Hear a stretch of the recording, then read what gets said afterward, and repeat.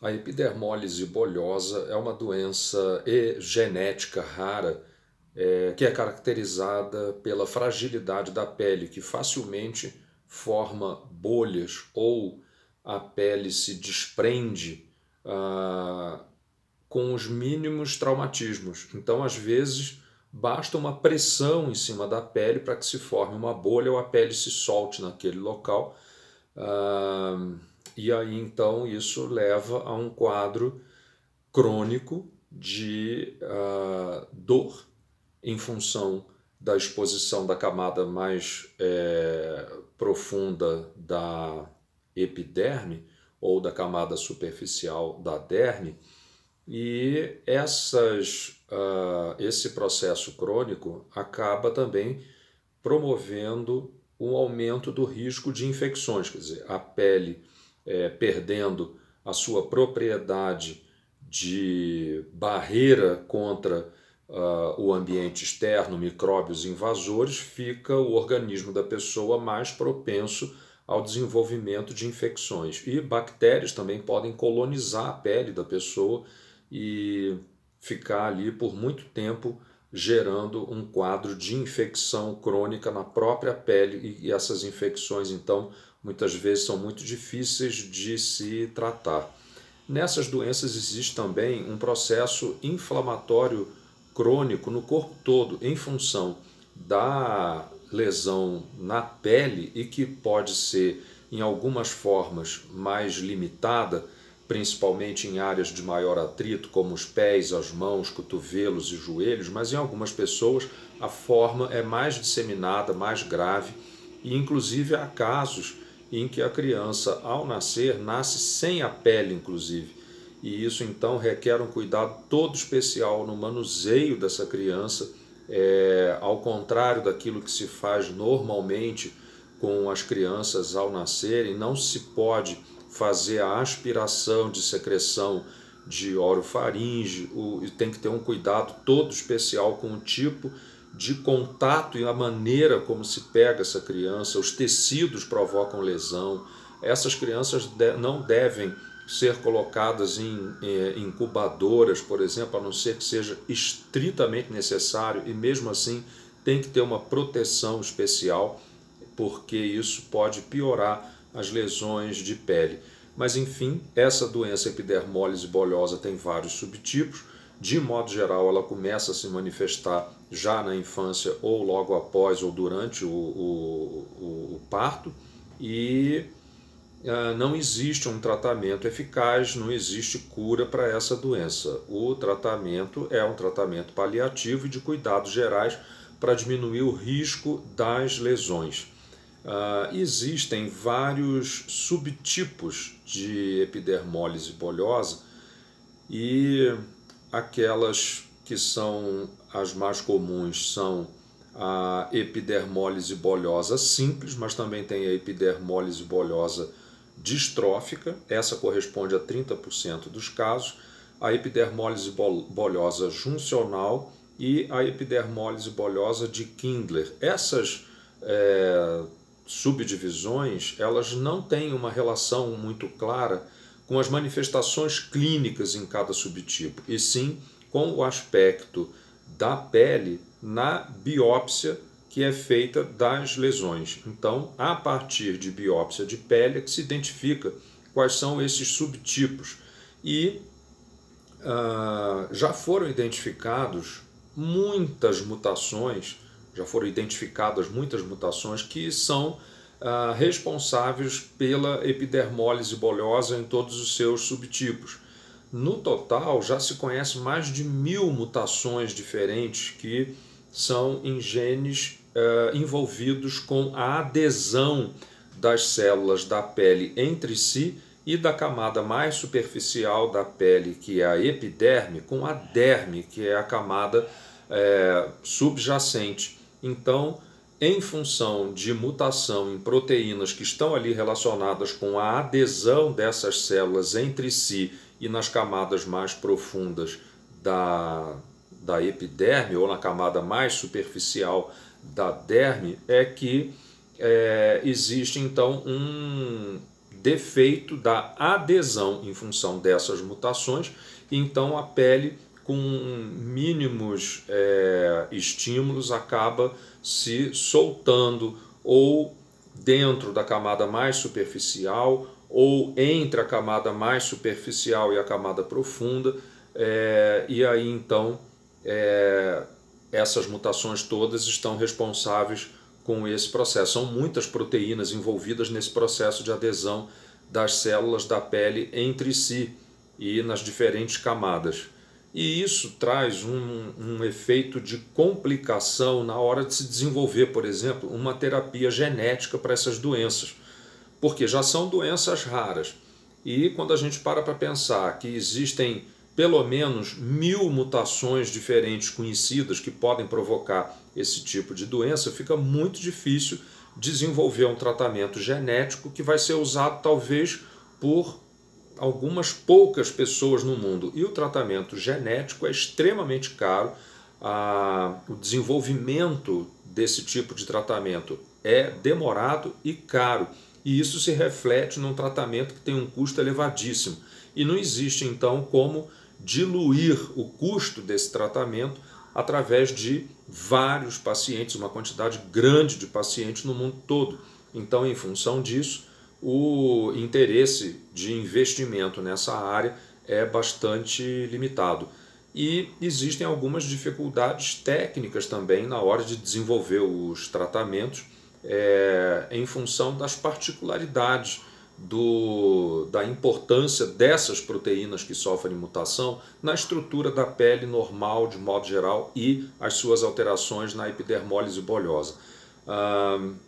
Mas quais são as possíveis manifestações? Além dessa fragilidade da pele, existem outros problemas que podem ocorrer também nas pessoas que têm epidermólise bolhosa.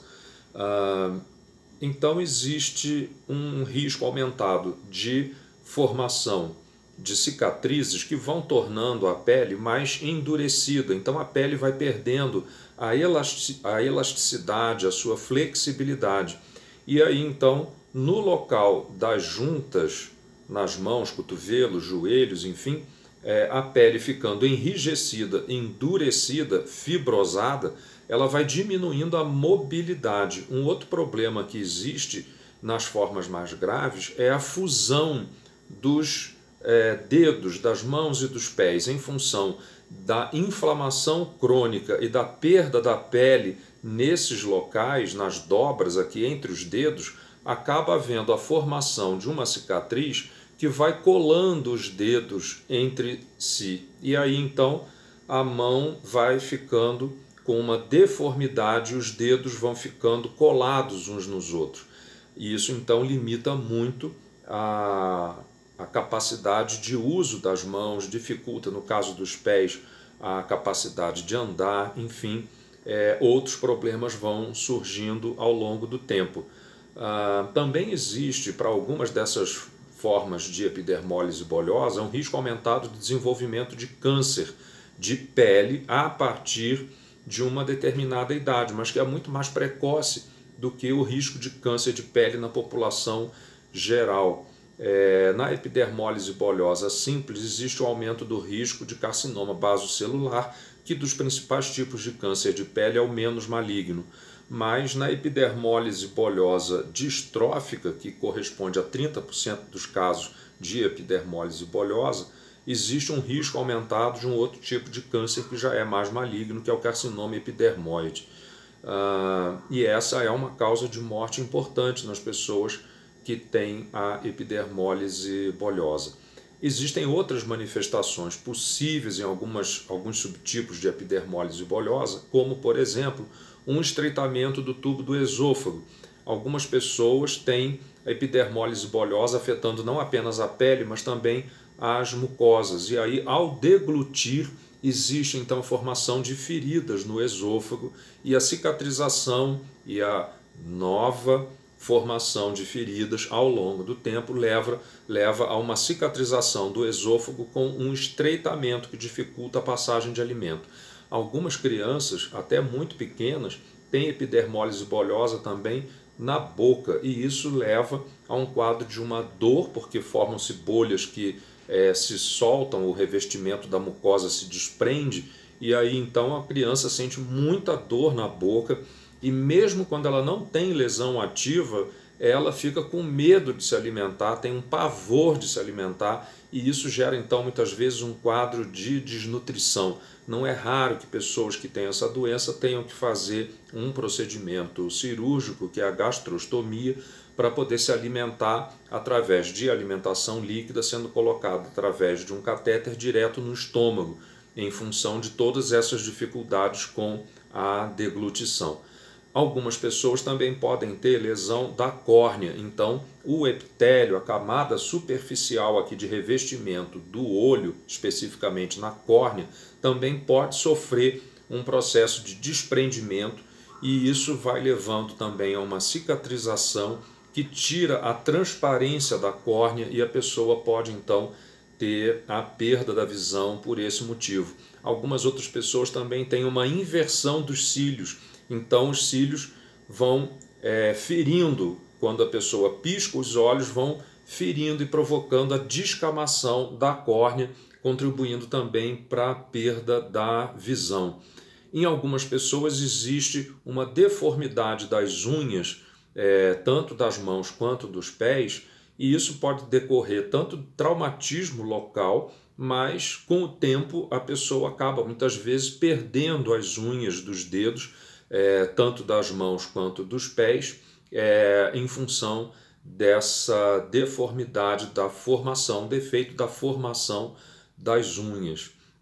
Algumas pessoas também podem ter alguns defeitos de formação dos dentes, e obstrução urinária também pode ocorrer em alguns casos. Algumas pessoas também têm uma tendência à descamação da mucosa que reveste as vias aéreas, e isso pode levar a quadros de insuficiência respiratória. De repente a pessoa fica com a passagem de ar comprometida porque existe a formação de uma bolha ou o desprendimento da mucosa das vias aéreas, dificultando a passagem do ar. Então, como a gente vê, existem várias outras manifestações possíveis que não se limitam então meramente aos problemas cutâneos.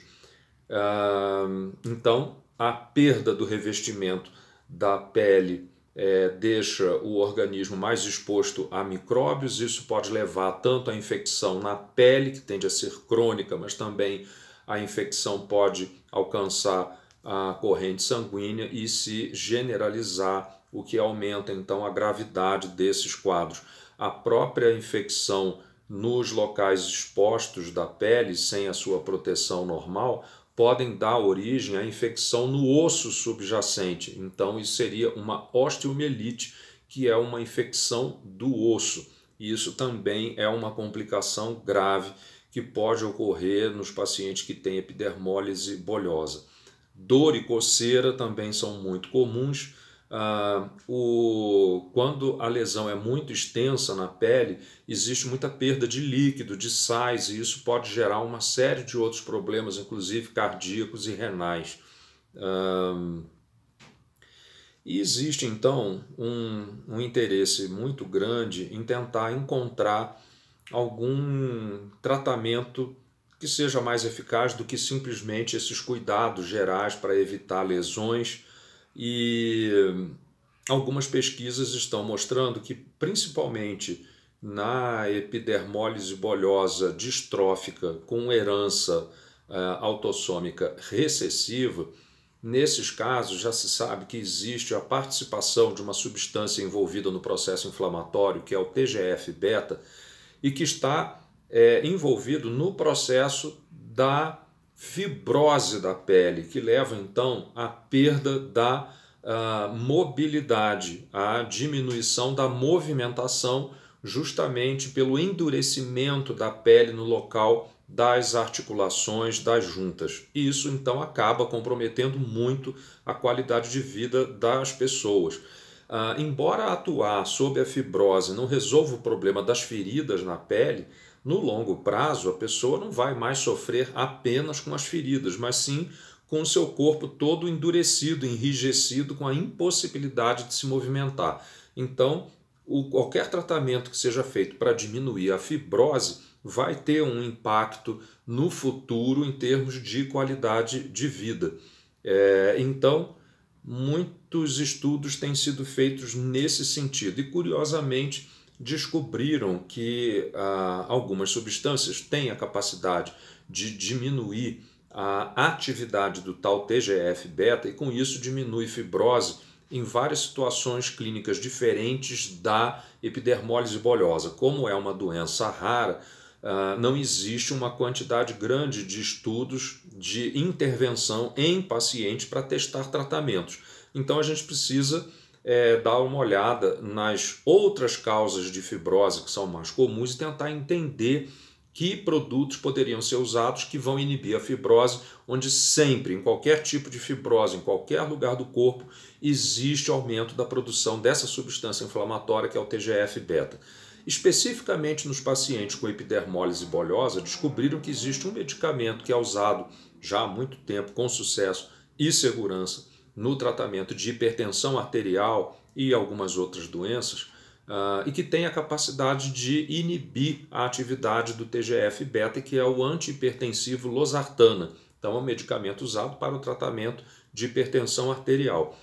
Esse medicamento já foi testado em modelos de epidermólise bulhosa em animais mutantes que têm um gene mutante que provoca a epidermólise bulhosa, mas também foi testado em alguns pacientes, crianças, com epidermólise bulhosa e aparentemente mostrou algum resultado. Só que essas pesquisas são sempre feitas com um número muito reduzido de pacientes. Então tem trabalho publicado onde se fez o uso do losartana, tem que ser em doses adequadas pelo peso da criança, são doses muito menores do que essas usadas no tratamento da hipertensão arterial em adultos, mas que se mostrou benéfico, não resolveu completamente o problema, mas diminuiu a gravidade das lesões, com isso diminui o sofrimento da pessoa. Mas é assim, tem uma pesquisa mostrando benefício em um único paciente, tem uma outra pesquisa mostrando algum benefício em 3 pacientes, então é um resultado ainda muito limitado. Mas a gente sabe, através de outros estudos, tanto de outros tipos de fibrose em outras doenças, tanto daquelas que foram testadas clinicamente em pacientes, mas também em modelos de outras fibroses que são provocadas em animais, a gente já sabe que existem várias outras substâncias que têm a capacidade de diminuir o efeito, a atividade do TGF-beta. Então entram aí, por exemplo, a silimarina, quercetina, ácido ferúlico, as estatinas, são medicamentos usados para tratamento de colesterol alto, o fenofibrato, que é um medicamento que existe aí já há muito tempo, usado para o tratamento de triglicerídeos elevados, o montelukast, que é usado para a prevenção de crises de asma e de rinite alérgica, a genisteína, que é uma substância antioxidante encontrada na soja, assim como a daidzeína, que também é uma substância antioxidante encontrada na soja e que também tem efeito de diminuir a atividade do TGF-beta. Curiosamente, já se sabe que a genisteína, além de atuar diminuindo a inflamação na pele e a fibrose através de inibição do TGF-beta, ela tem um outro efeito, que é a ativação de receptores do hormônio estrogênio do tipo beta. O hormônio estradiol, que é o hormônio feminino dos animais, ele atua preferencialmente em receptores do tipo alfa, e isso desencadeia uma série de efeitos do hormônio feminino no organismo humano, tanto no organismo masculino quanto feminino. Já o receptor do tipo beta, ele existe em quantidades menores, em vários tecidos, inclusive na pele, e a ativação do receptor do tipo beta é que tem a capacidade de diminuir o efeito do TGF-beta na pele, e a genisteína atua preferencialmente sobre os receptores de estrogênio do tipo beta.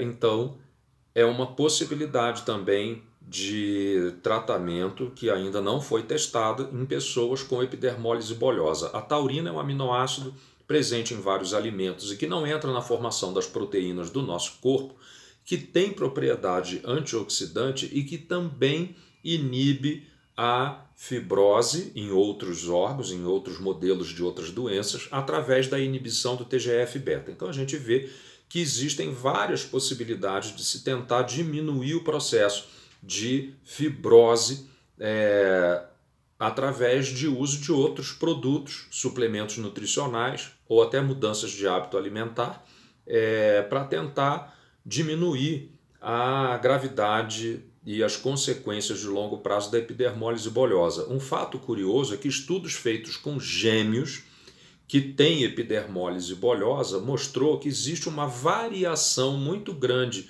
da gravidade das manifestações, mesmo em pessoas que têm a mesma mutação que provoca a epidermólise bolhosa. Isso mostra que outros componentes genéticos ou não genéticos estão relacionados com a gravidade da epidermólise bolhosa. Então, não é de se surpreender que determinados tipos de produto que são encontrados até em determinados alimentos possam contribuir para uma maior ou menor gravidade das lesões da epidermólise bolhosa. Então, infelizmente, por se tratar de uma doença rara, leva muitos anos para que esse conhecimento científico acerca do processo da fibrose, tanto da fibrose que ocorre em outros órgãos, mas principalmente naquilo que diz interesse aqui na epidermólise bolhosa, a fibrose da pele, isso acaba demorando muito para chegar num estudo clínico em pessoas com essa doença rara e que causa tanto sofrimento para a própria pessoa, mas também para a família, de modo geral, doença que começa a se manifestar já na idade mais precoce. Para aqueles que tiveram interesse em acompanhar. Até aqui, muito obrigado.